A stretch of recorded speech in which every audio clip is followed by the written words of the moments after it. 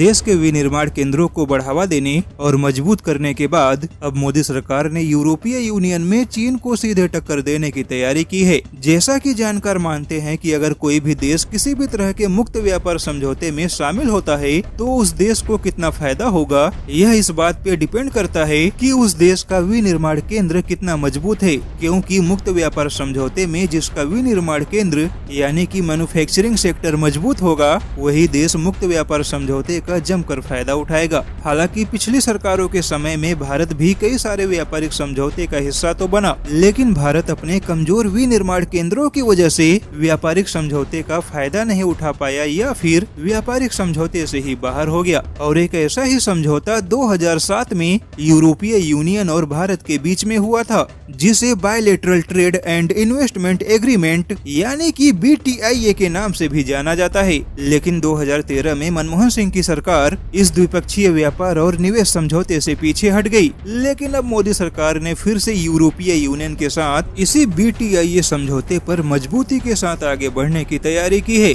जिसके तहत भारत सीधे तौर पे यूरोपीय यूनियन के अंदर चीन के व्यापारिक समझौते और चीन के व्यापार को चुनौती देगा। जैसा कि यूरोपीय यूनियन और चीन के बीच कई सारे व्यापारिक समझौते हो चुके हैं और चीन का विनिर्माण केंद्र मजबूत होने की वजह से चीन अपने व्यापारिक समझौतों का जमकर फायदा भी उठाता है। लेकिन जैसा कि भारत ने भी अपने विनिर्माण केंद्रों को नए सिरे से मजबूत किया है और लगातार विनिर्माण केंद्रों को मजबूत बनाने का काम जारी है, और अब भारत यूरोपीय यूनियन के साथ एक मजबूत व्यापारिक समझौते की बुनियाद रखना चाहता है। फॉरेन पॉलिसी की रिपोर्ट के मुताबिक अब भारत फिर से 2013 में यूरोपीय यूनियन और भारत के बीच खत्म हो चुके BTIA समझौते पर आक्रामक तरीके से वापसी करने की तैयारी कर रहा है, क्योंकि अब भारत के विनिर्माण केंद्रों की क्षमताओं में इजाफा हुआ है। ऐसे में व्यापारिक समझौता होने से भारत में होने वाले उत्पादन को यूरोपीय यूनियन के बाजारों में आक्रामक तरीके से पहुंचाया जा सकता है, और भारत के ऐसे कदम ही चीन को टक्कर देने के साथ ही भारत को भी चीन के समानांतर में एक बड़ी GDP बनाने का काम करेंगे।